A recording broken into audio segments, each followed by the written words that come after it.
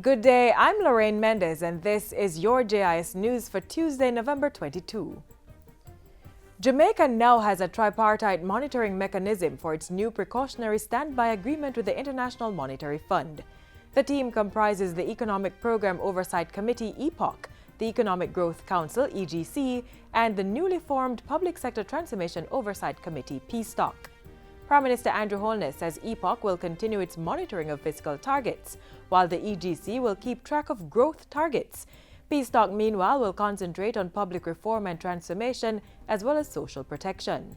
We must achieve fiscal, monetary, quantitative targets, but we must also achieve the growth targets. We must also achieve the public sector transformation target as well, while keeping the principles of transparency, public accountability, and civic engagement.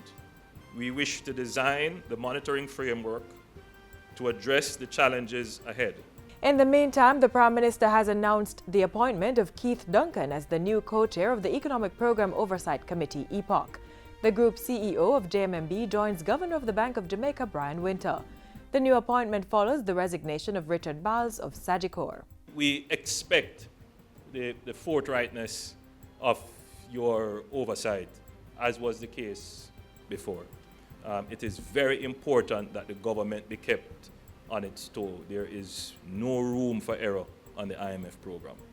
And you play, sir, a very important role in ensuring that the government and the country's policies are kept on track. And the newly formed Public Sector Transformation Oversight Committee (PSTOC) will be co-chaired by Cabinet Secretary Ambassador Douglas Saunders and Danny Roberts, President of the Hugh Lawson Shearer Trade Union Education Institute at the University of the West Indies. PSTOC will include members from the public and private sectors, union representatives, academia, and civil society. International ratings agent Moody's Investors Service has upgraded Jamaica's credit rating from positive to stable. The country's sovereign senior unsecured rating and provisional shelf ratings have been upgraded from CAA2 to B3. Finance Minister Audley Shaw has welcomed the news, which he says represents an endorsement of the continued progress made by Jamaica in sound economic management and reduction of its public debt. The stable outlook assigned to the B3 rating reflects a balance of risks associated with a high debt and Jamaica's high susceptibility to external shocks, particularly natural disasters.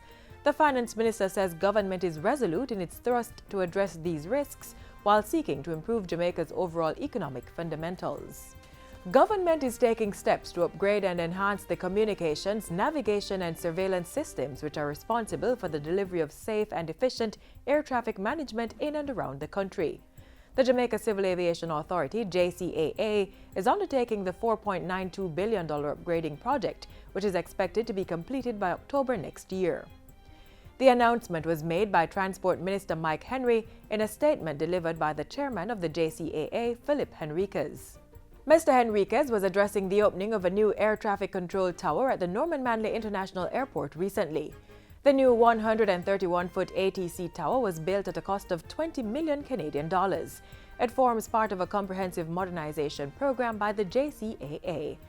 This new air traffic control tower is a symbol of modernity and the evolution of Jamaica as a powerhouse in the aerospace industry. A new air traffic control tower will also be opened at the Sangster International Airport in short order. And finally, Director of Elections Orrit Fisher is appealing to employers to not bar staff members from working as Election Day workers. Mr. Fisher says several persons who were selected to serve as Election Day workers in the November 28 local government elections have been withdrawing from their duties, having been denied permission from their employers. While acknowledging that Election Day is a regular business day, the Director of Elections appealed for employers' support, pointing out that the success and integrity of the electoral process depends heavily on the availability of honest, hard-working, capable, civic-minded individuals. In the meantime, he says the decline in the number of workers is a concern, but is not yet at the stage where polling stations will not be adequately staffed. The Electoral Office of Jamaica is assigning workers selected as reserves to take up positions that would have been left vacant. In the public sector, employees who serve as Election Day workers are regarded as being on duty while performing these functions. Their absence from their substantive jobs is not treated as leave. Employers are also being reminded that employees are entitled to 3 hours time off to vote on election day in addition to the normal lunch hour. This, however, does not apply to persons who begin work at 10 a.m. or after and who leave work at 2 p.m. or before. And that's it for JIS News Today. I'm Lorraine Mendez. Thanks for watching.